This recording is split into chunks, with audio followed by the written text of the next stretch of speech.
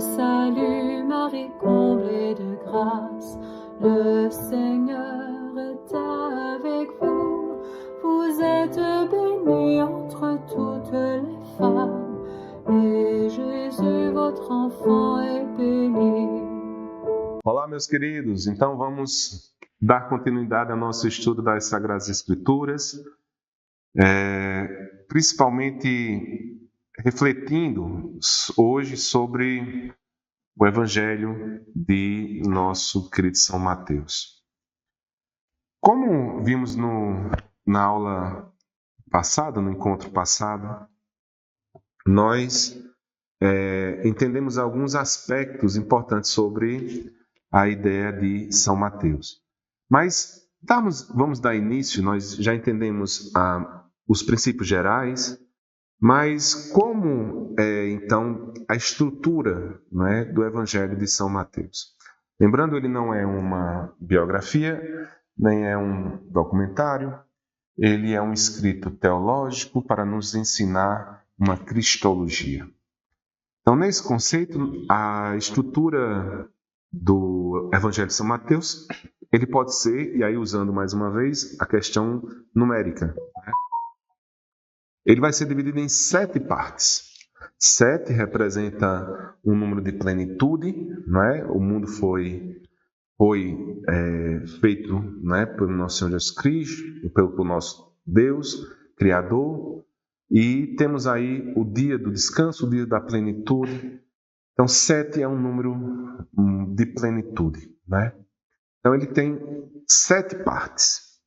Dessas 7 partes, nós vamos ter uma relação inicial, que é a primeira parte, com a última parte.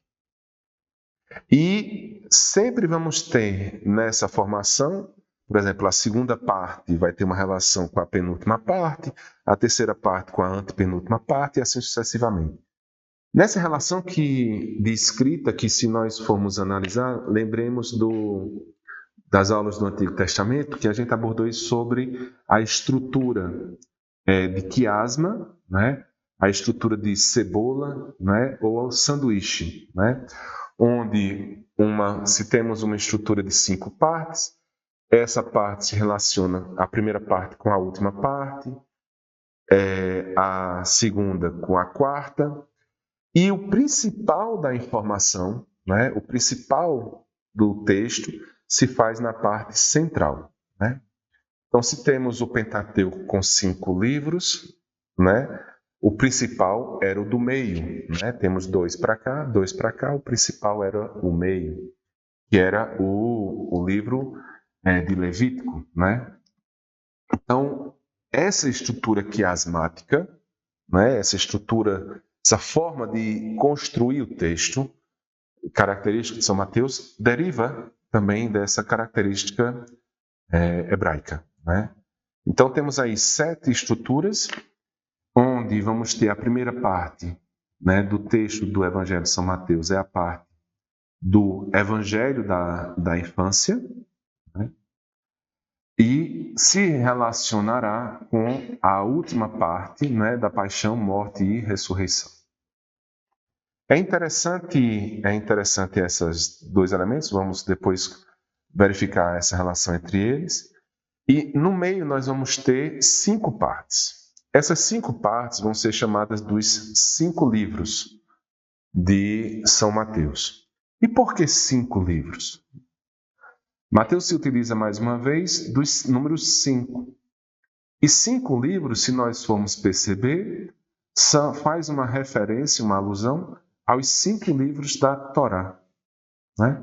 Então, se na Torá, no Pentateuco, nós temos 5 livros, esse eixo de catequese, de ensino sobre Jesus, vão ser também em 5 livros.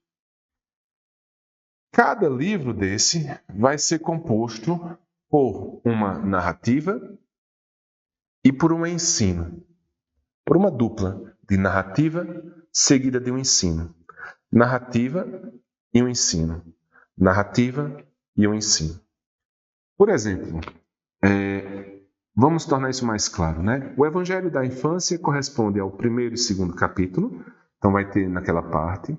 Vai fazer uma correlação, vai se relacionar com a paixão, morte e ressurreição, que vão ser dos capítulos 26 e 28.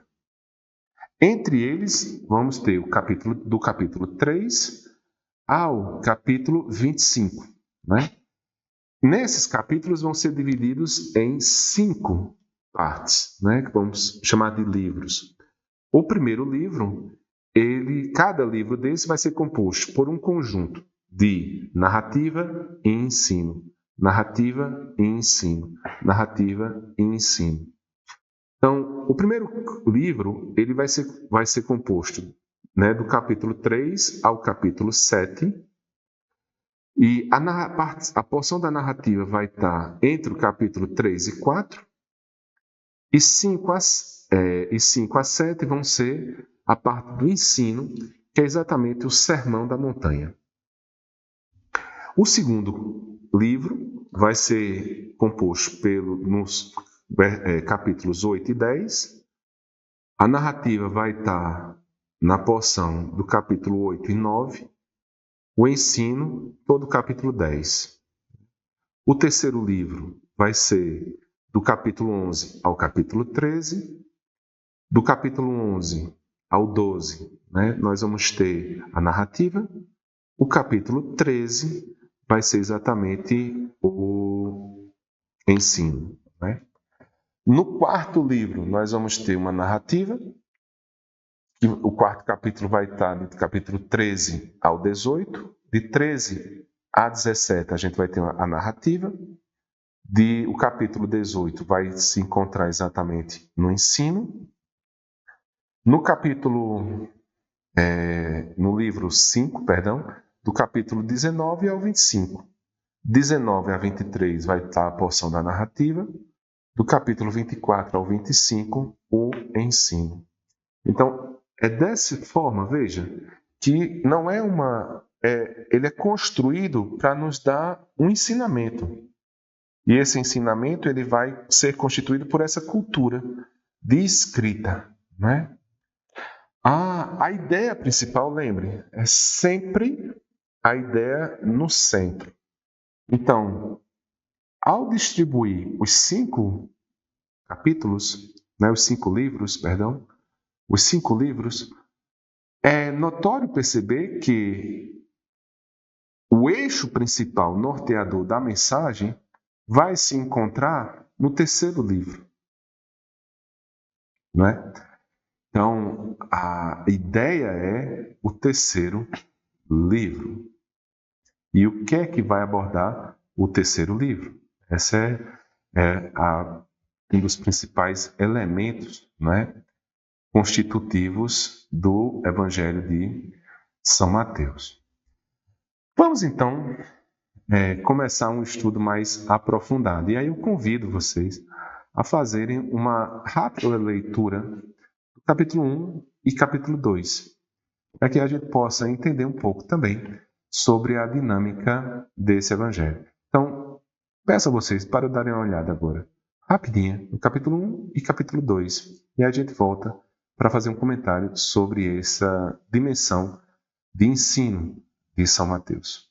Bom? Muito bem. Então vejam só, nós lemos o capítulo 1 e o capítulo 2. Parece de início estranho, né?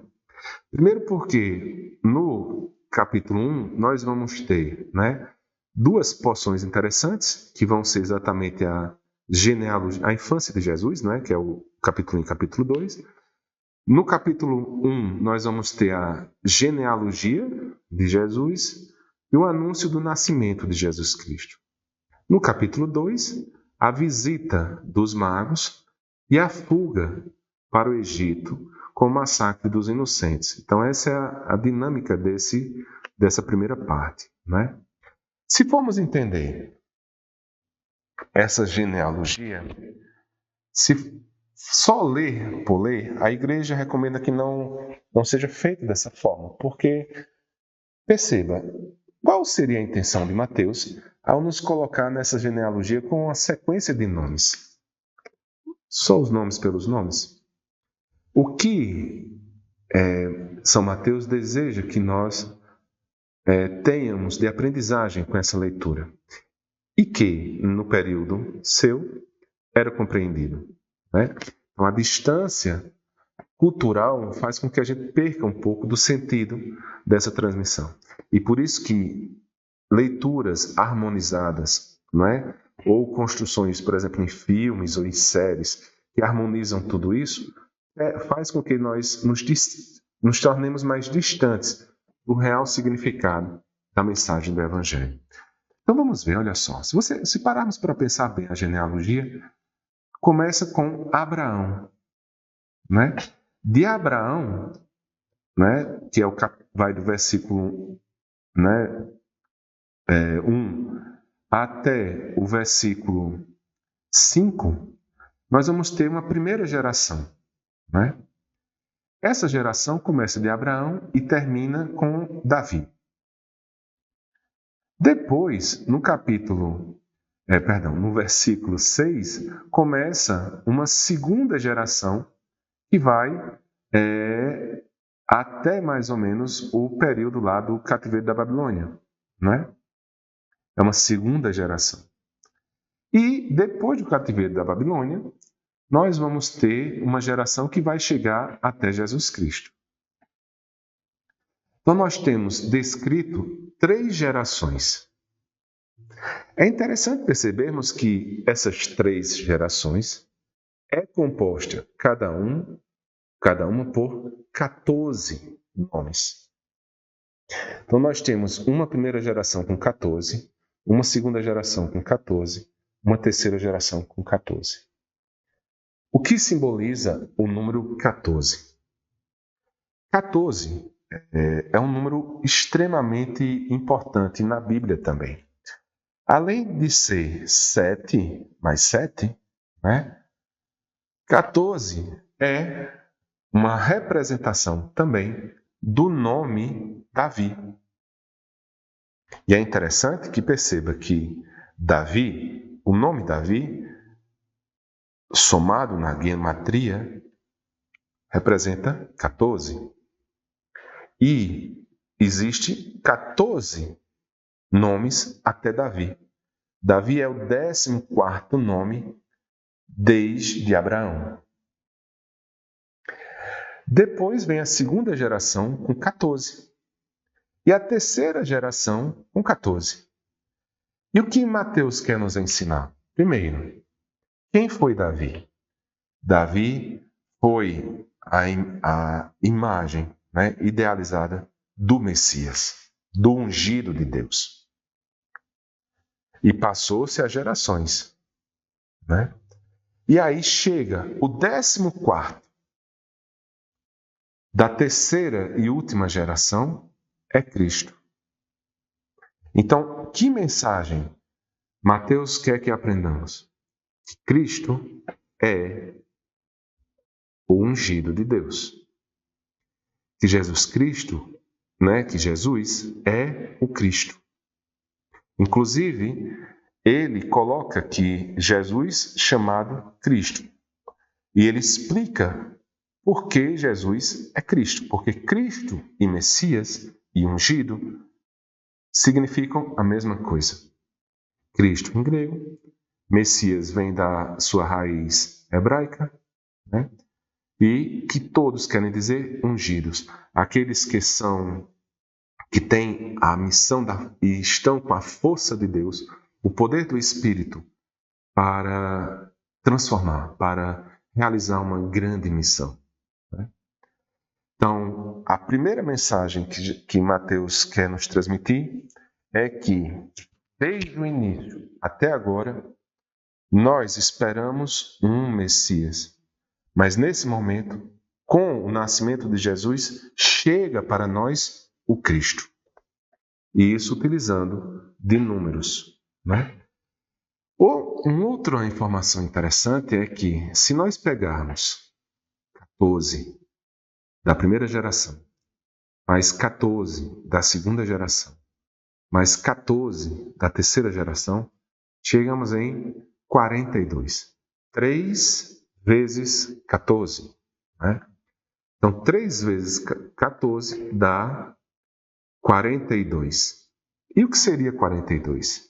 42 foi faz uma relação com os 42 acampamentos que o povo de Deus, quando saiu do Egito, caminhando no deserto, até chegar na terra prometida de Canaã.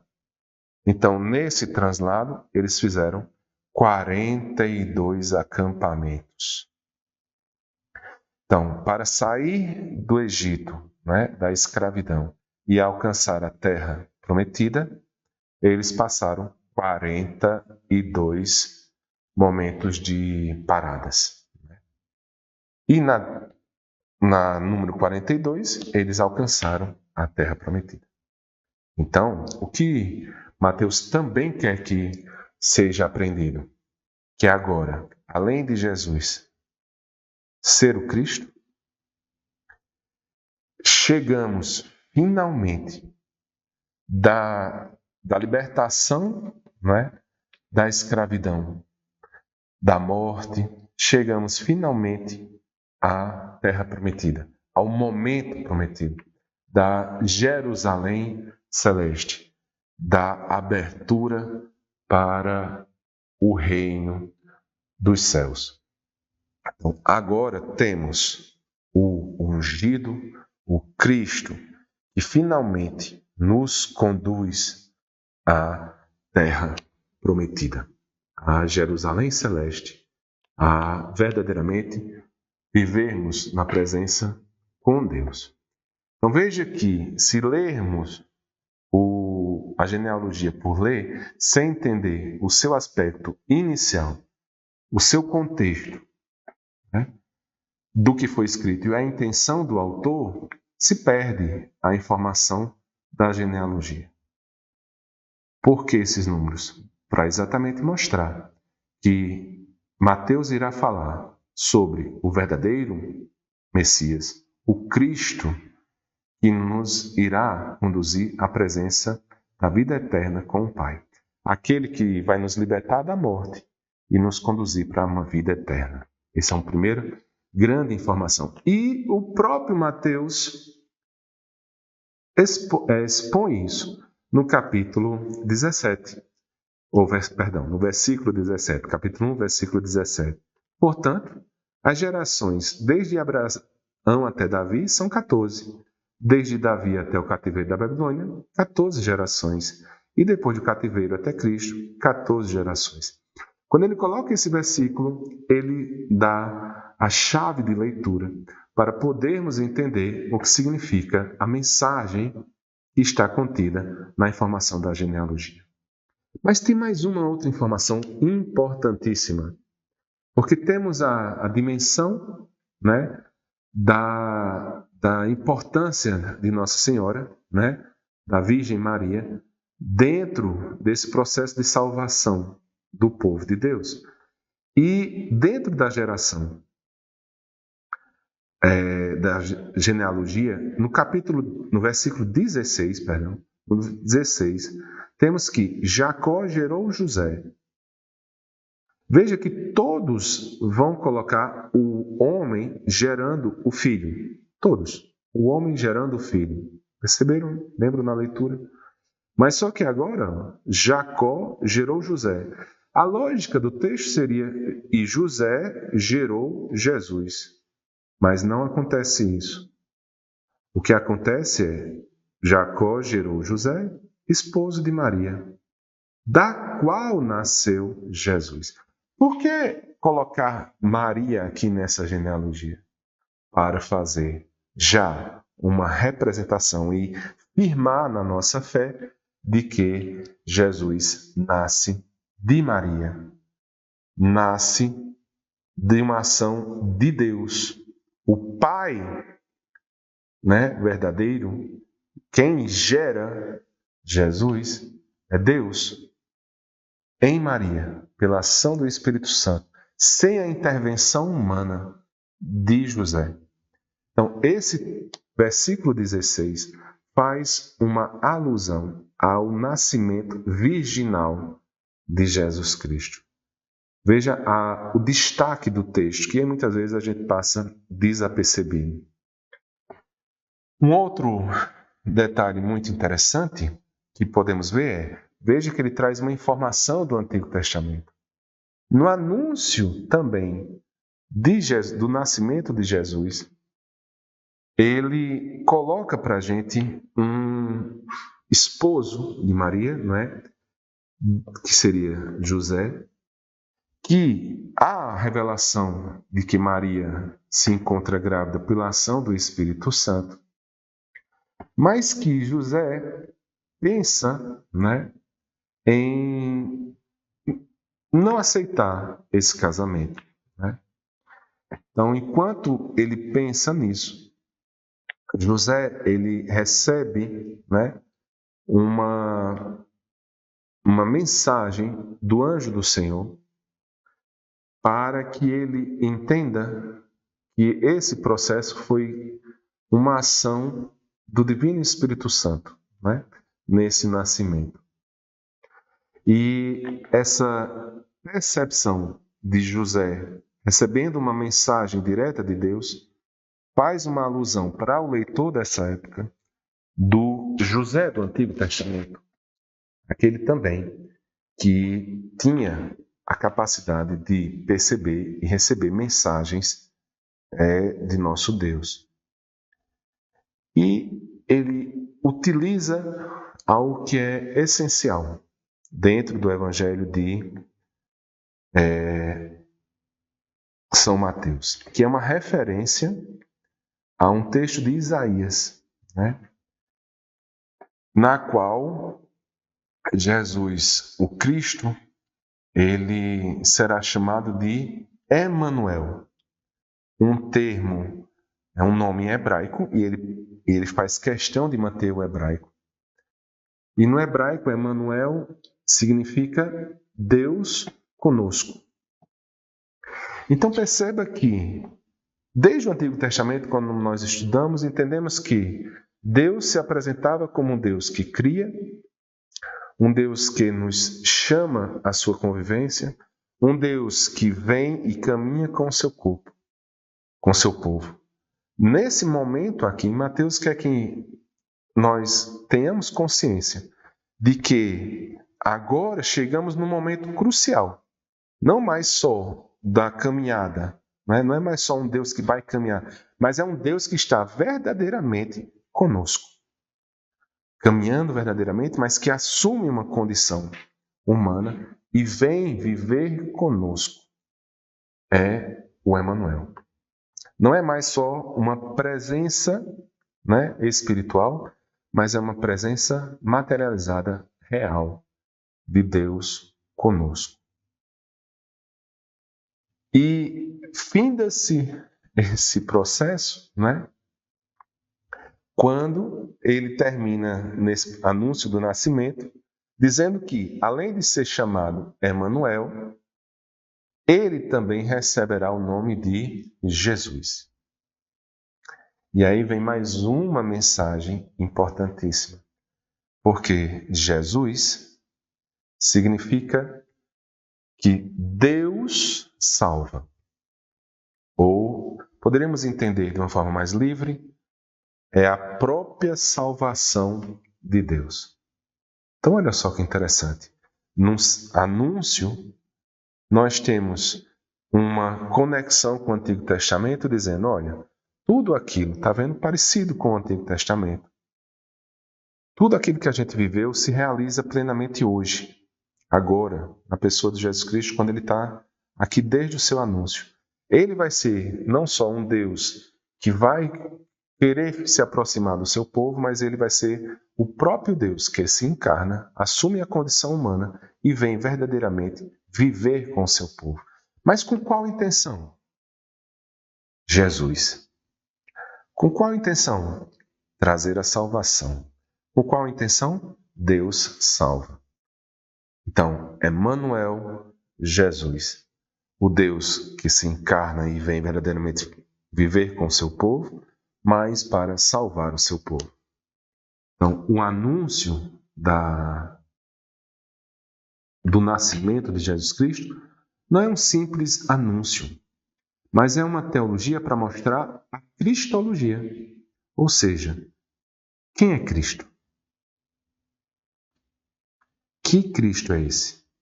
É Deus, que vem e assume a condição humana e torna essa condição humana agora capaz de ser salva. E o que é o ser salvo?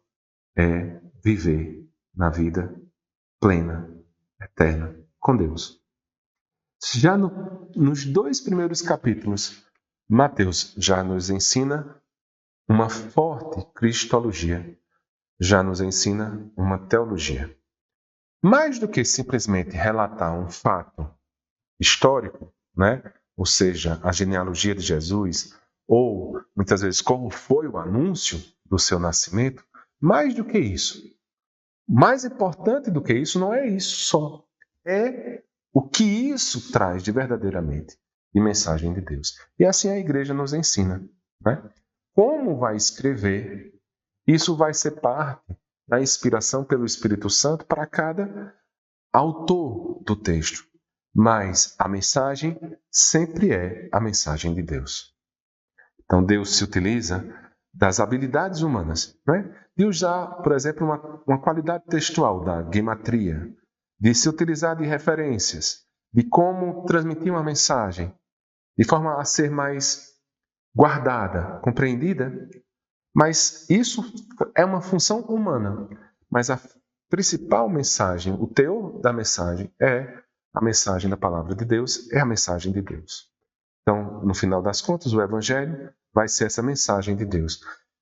Qual é essa mensagem? Nesse primeiro capítulo, Deus se fez, né, homem, habitou aqui para nos salvar.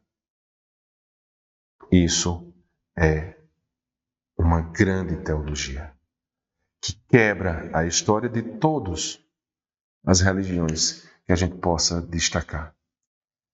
A nossa religião é uma religião que vai se relacionar não de um Deus que a gente cria, né? Que parte do homem para Deus.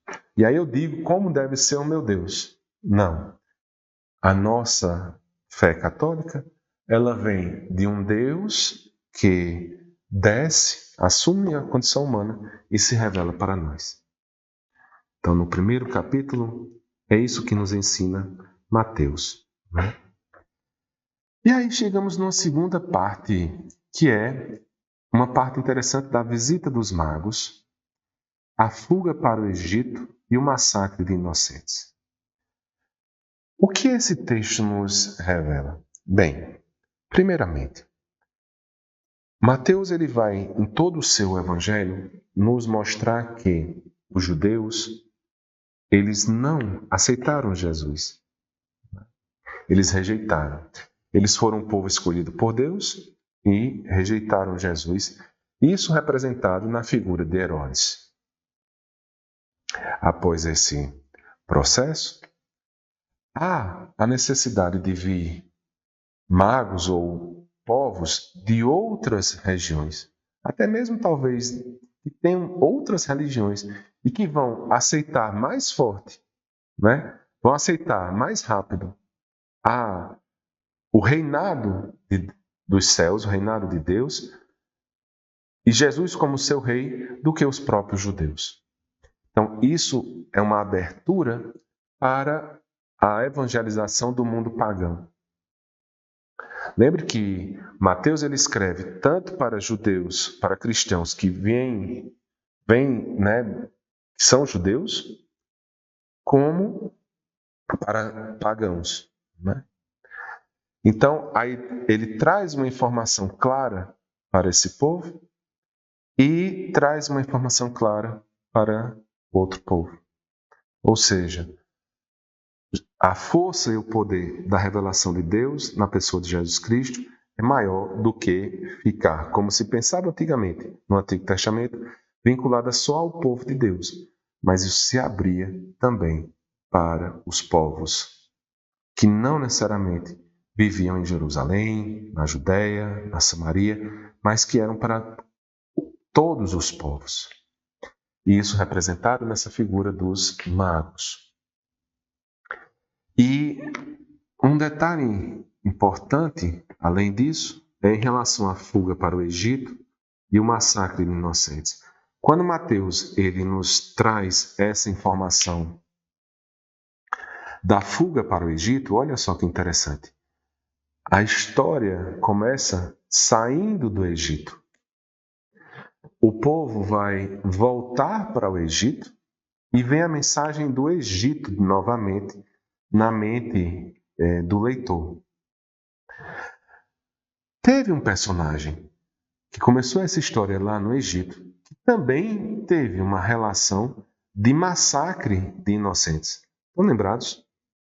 Do segundo livro do Pentateuco, o Êxodo. O Êxodo, ele começa a sua história com um personagem que surge dentro de um massacre de inocentes. Quem é essa figura? Essa figura é o primeiro profeta de Deus, Moisés. Quando ele coloca, Mateus coloca aqui a fuga para o Egito e massacre dos inocentes, ele traz na mente, novamente, do leitor, a pessoa de Moisés. E quem era Moisés? Moisés foi o libertador do Egito, foi o primeiro profeta, e aquele que traz as leis. Quando o evangelista, ao se utilizar desse fato ocorrido na vida de Jesus, nos coloca esse texto desta forma, ele não quer só nos comentar sobre um fato que aconteceu na vida de Jesus, mas ele quer que nós tenhamos em consciência o significado maior disso, Ele passa um aprendizado junto com isso. Então, não só o fato histórico dele ter ido para o Egito e ter acontecido um massacre promovido por Herodes, mas o que isso traz para a gente? E quando Jesus volta do Egito, ele vem do Egito e retorna para Israel, ele vem como, não só, mais uma vez, como foi comentado no primeiro capítulo, o Messias, o ungido, o Cristo, que vai nos salvar, mas reforça essa informação como aquele que verdadeiramente vai vir como o grande profeta e vai vir como aquele que vai verdadeiramente nos colocar, mais uma vez, as leis de Deus, a lei de Deus, a Torá. Ou seja, Jesus é apresentado por Mateus como não só um novo Moisés, mas a plenitude do profeta, a plenitude do legislador, aquele verdadeiramente que não só irá trazer a mensagem da lei de Deus, mas que vai verdadeiramente na condição de, como já comentaram no Evangelho, Filho de Deus, ser Ele próprio aquele que irá trazer a lei de Deus e mudar, fazer com que possamos compreender melhor o significado da lei. Foi apresentada por Moisés, mas agora atingirá a plenitude na pessoa de Jesus Cristo. Dois capítulos. Mateus se utiliza de 2 capítulos para trazer uma cristologia forte e revolucionária, que guia a nossa forma de compreendermos Jesus Cristo. Se utilizando de fatos acontecidos na vida de Jesus, mas que, através de como é escrito, nos transmite um ensinamento a mais do que o próprio fato histórico. Nos ensina muito mais e nos apresenta a boa notícia. A boa notícia do nosso Senhor Jesus Cristo. Então, esses dois aspectos já nos coloca diante de uma realidade nova, né? E esses dois pontos do Evangelho da infância são importantes para que a gente tenha uma compreensão de entender o texto, o seu contexto e agora a intenção do autor a escrever esse texto, né? Nos Evangelhos isso é muito importante.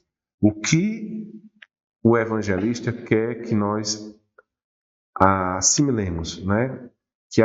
O que devemos aprender sobre essa mensagem? Qual é a teologia envolvida aqui?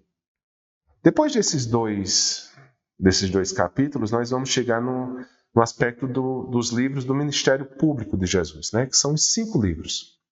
E mais uma vez, quando nós abordamos 5 livros, nós trazemos, e se entendemos que Mateus aborda, não é, o que é verdadeiramente a Torá, o que é verdadeiramente a lei, não é, os ensinamentos, as instruções de Deus. Então ele aborda isso com 5 livros.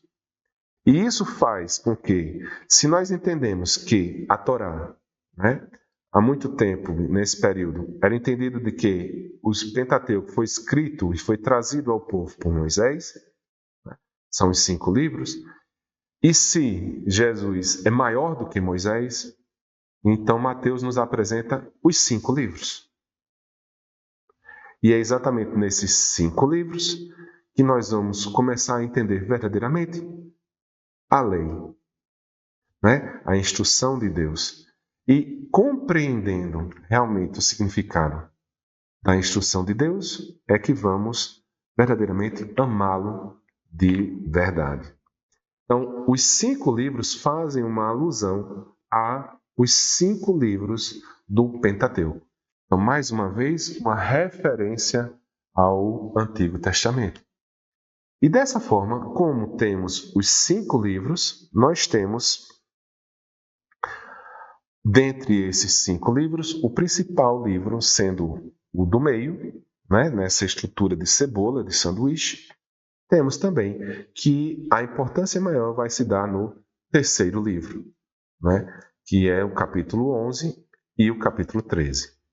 Mas, dentro dessa dimensão, eu gostaria de que vocês fizessem uma leitura rápida no processo do ensino, né, do primeiro livro. O ensino do primeiro livro vai estar no capítulo 5 e no capítulo 7. Vai se dar exatamente sobre o Sermão da Montanha. Então, dá uma olhadinha lá. Capítulo 5 ao capítulo 7, o Sermão da Montanha. Dá uma lida nesse Sermão da Montanha para a gente também fazer um estudo para podermos entender e compreender melhor como é o processo de ensino, a pedagogia de Mateus. Vá lá, eu espero um pouquinho aqui vocês. Muito bem. Vamos então voltar e lemos o Evangelho, o Sermão da Montanha, né? Nesse Sermão da Montanha, nós vamos ter um dos aspectos mais importantes dessa dimensão. Primeiro, nós temos uma ideia de Jesus e uma referência com Moisés, não é? Então, Moisés, ele sobe ao monte, não é verdade? Para trazer as leis de Deus, Monte Sinai. Jesus também sobe a montanha. E nessa montanha, ele irá trazer, né, a vontade de Deus, né? Isso tem 2 pontos interessantes nessa dimensão do ensino que Mateus se utiliza, é essa relação da mesma forma que Moisés sobe ao Monte Sinai, sobe à montanha para trazer as leis de Deus, Jesus também sobe a montanha para nos ensinar sobre a lei de Deus. Quando Mateus dá essa informação, é interessante no capítulo 5, versículo 1, ele coloca que Jesus, depois que subiu a montanha, ele senta-se e seus discípulos se aproximam dele. O fato de se sentar é característico no tempo bíblico judaico de ensinar. Então, o mestre, o professor, o rabino, o rabi, ele ao ensinar, ele se senta e as pessoas ao seu redor o escutam para aprenderem. Então, Mateus traz essa lembrança também, essa correlação para podermos entender que agora é o momento de aprendermos sobre o reino de Deus. Então, a dimensão das bem-aventuranças ou felizes, né? Sejam felizes, né? O sentido maior da felicidade, né? Vai ser apresentado aqui agora. Vamos ver que, além das bem-aventuranças, eu gostaria de destacar essa primeira bem-aventurança, porque às vezes, em muitos contextos, fica uma dúvida: o que é que isso significa, né?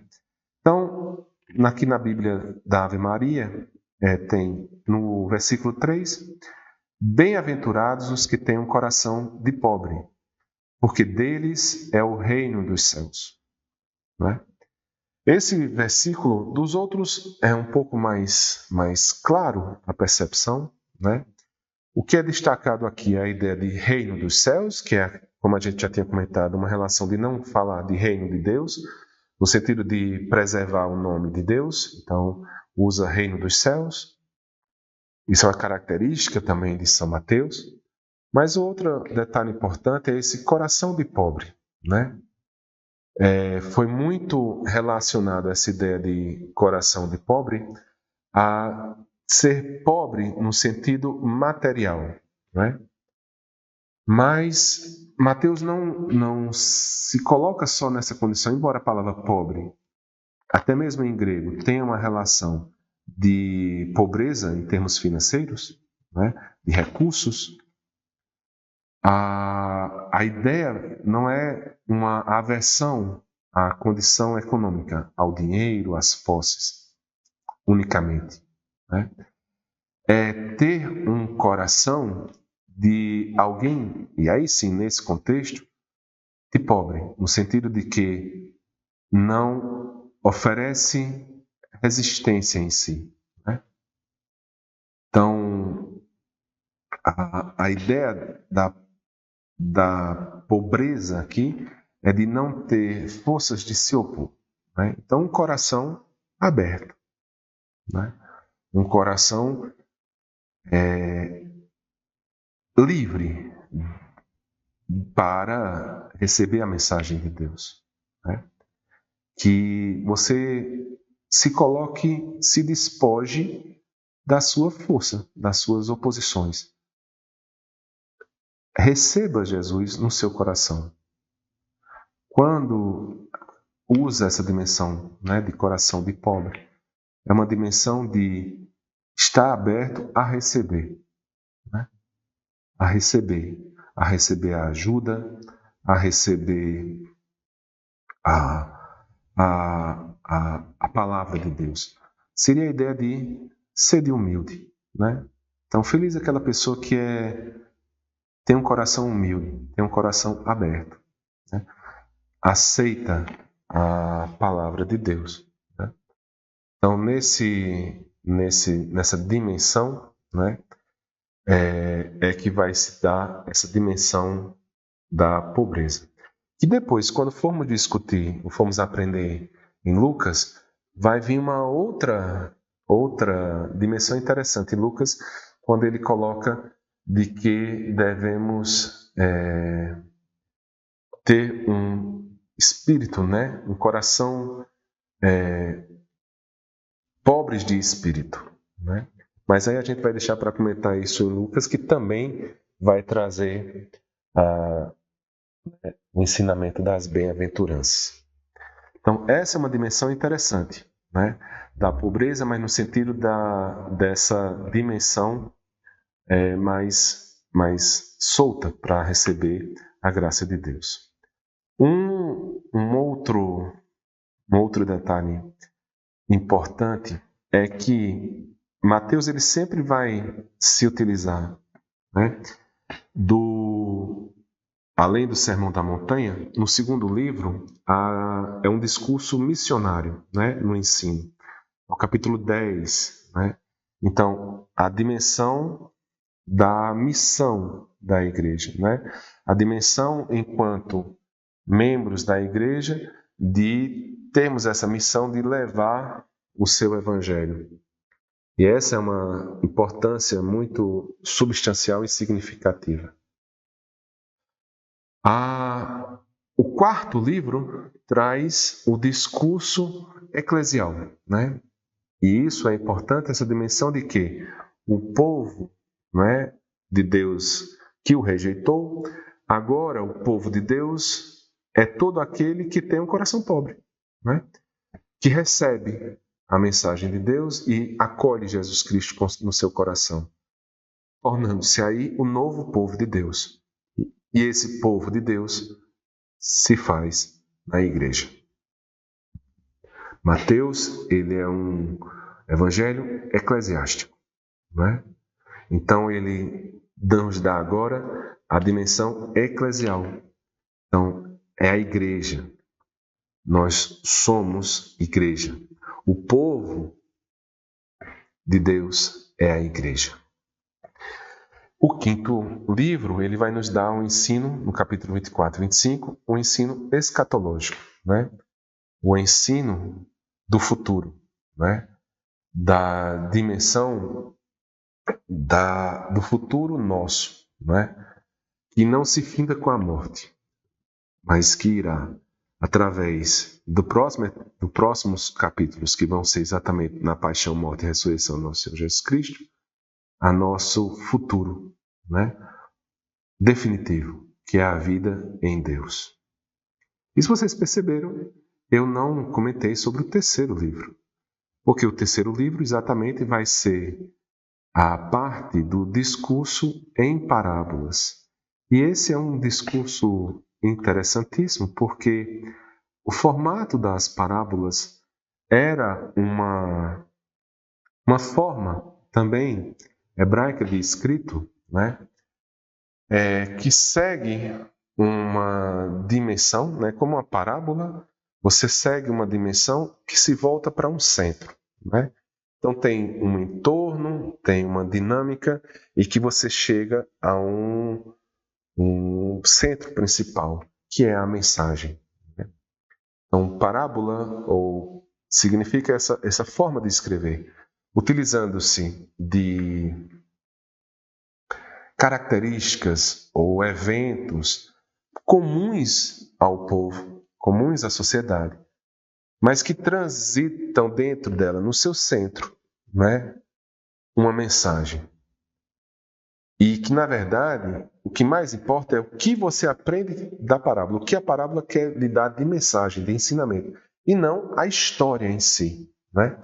Mas que é uma história comum de se gravar, de se memorizar, porque são relatos e fatos que acontecem no dia a dia de todos, né?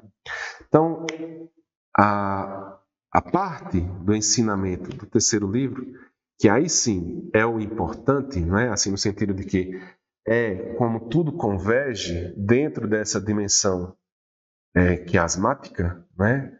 Ou seja, é o terceiro capítulo que é o que transita a mensagem principal, onde giram todos os outros livros, é exatamente o discurso em parábolas. E aí a gente tem a parábola do semeador, né? E essa parábola do semeador, ela é muito interessante porque ela é um trecho que vai estar tanto em Mateus, Marcos e Lucas.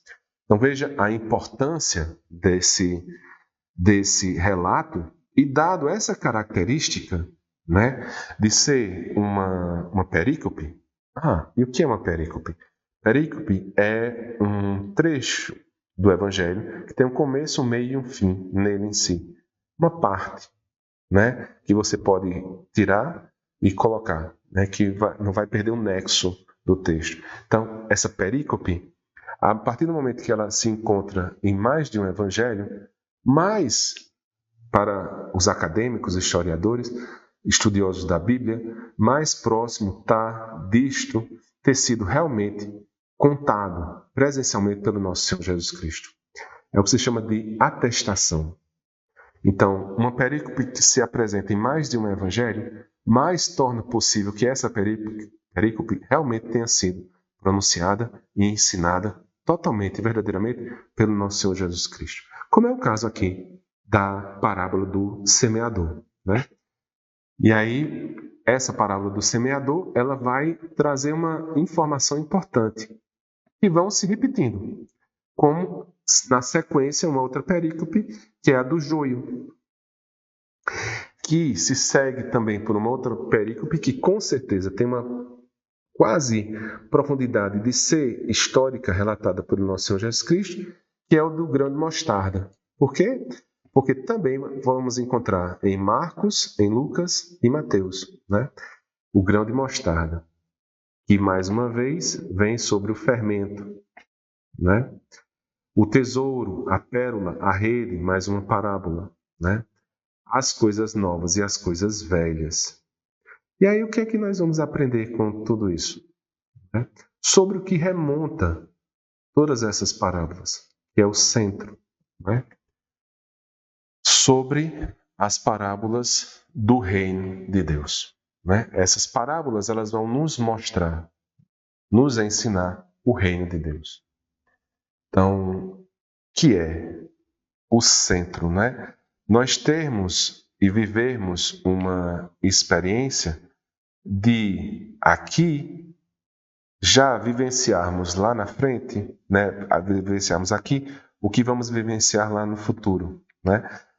Uma vida na presença de Deus. Então, o terceiro livro nos ensina sobre o que é o reino dos céus, o que é o reino de Deus. E, na verdade, a dimensão é que Jesus nos explica que o reino de Deus é uma condição de nos colocarmos tendo como Deus o rei das nossas vidas. E nesse contexto, o rei é aquele senhor responsável por tudo, pela vida, pela morte, por trazer a felicidade, por tudo. Então, deixar o nosso coração, né? Termos um coração de pobre para nos deixarmos sermos reinados por Deus. Essa é um dos maiores ensinamentos de São Mateus. O sentido é o reino de Deus se vai fazer presente no aqui e no agora. Isso através de uma prática e vivência da lei, uma ética, uma obediência a esse ensinamento dessa lei, uma experiência missionária de levar essa vivência, essa experiência de vida para outras pessoas, de ter uma dimensão eclesial, então o reino de Deus ser também vivenciado na dimensão da igreja, e entendermos que o reino de Deus faz parte do nosso presente, mas alcançará sua plenitude no futuro próximo, na sua dimensão escatológica. Então, os 5 livros vão convergir para um grande ensinamento sobre verdadeiramente o reino de Deus e como nós podemos alcançar e vivenciar esse reino.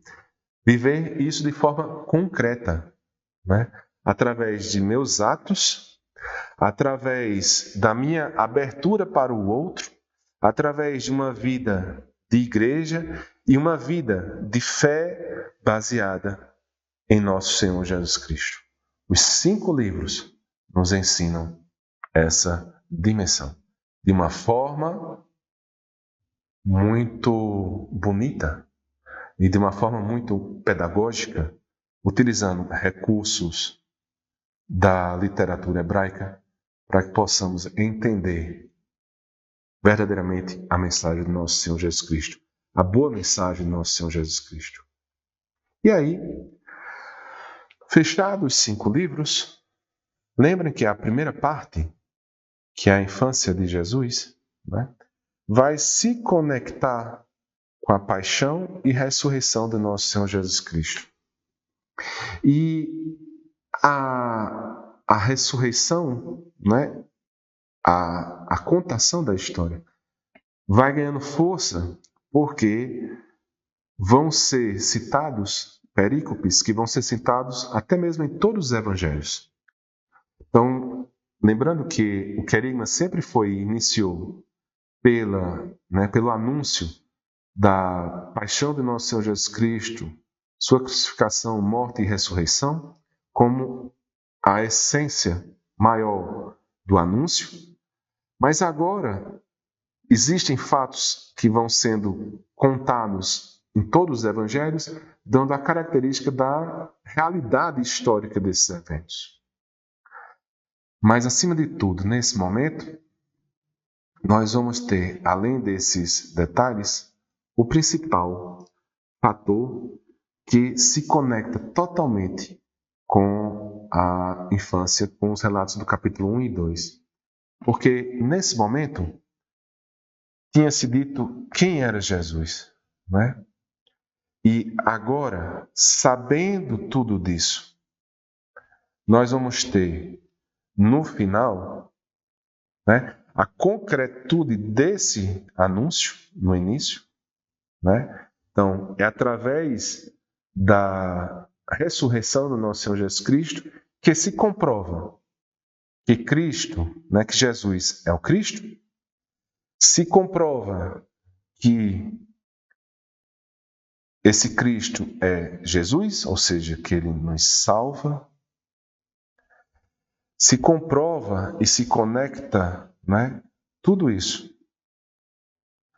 E a partir de agora, numa dimensão de igreja que aprendemos, que não é só a mudança interna, mas é uma mudança missionária, é uma mudança é uma vivência em comunidade, é uma missão de evangelizar a todos no mundo inteiro.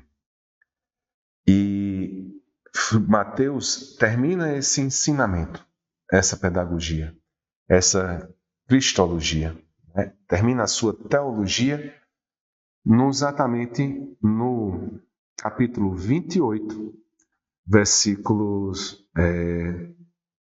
18, 19 e 20. Né?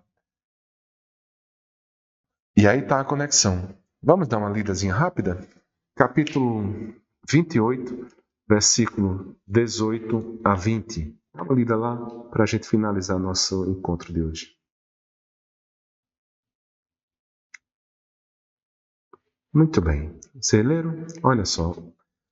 Capítulo 18 vai exatamente mostrar isso. Olha, mas Jesus, aproximando-lhes, disse, depois da sua ressurreição, toda a autoridade me foi dada no céu e na terra.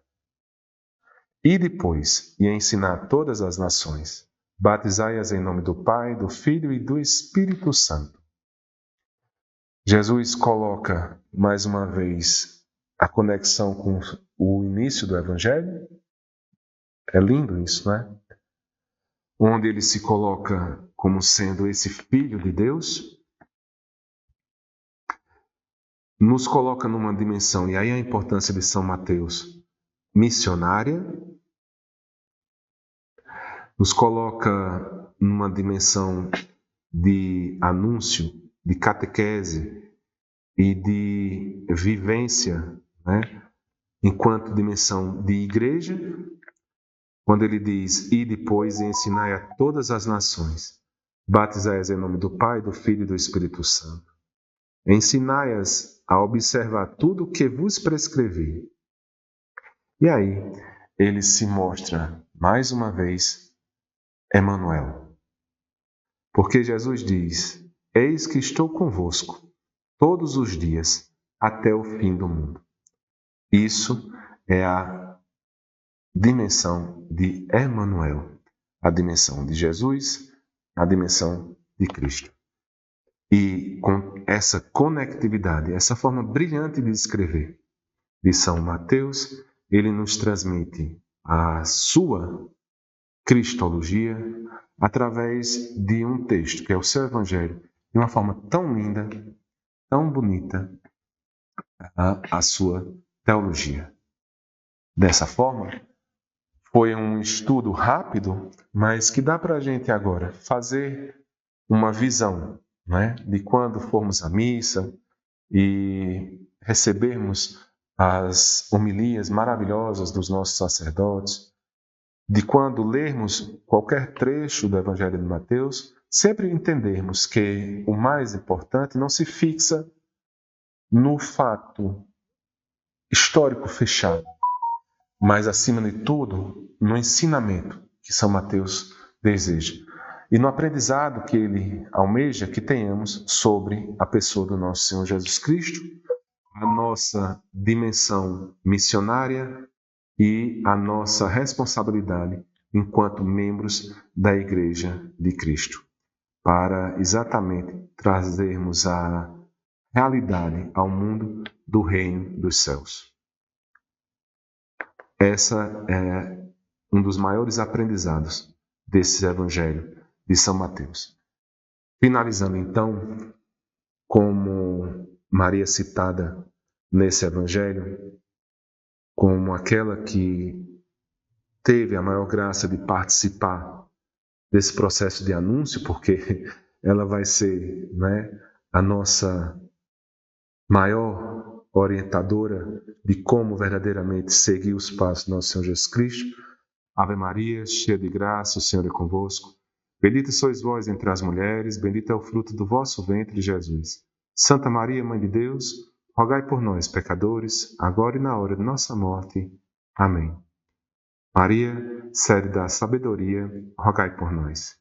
Sainte Marie, Mère de Dieu, priez pour nous, pauvres pécheurs,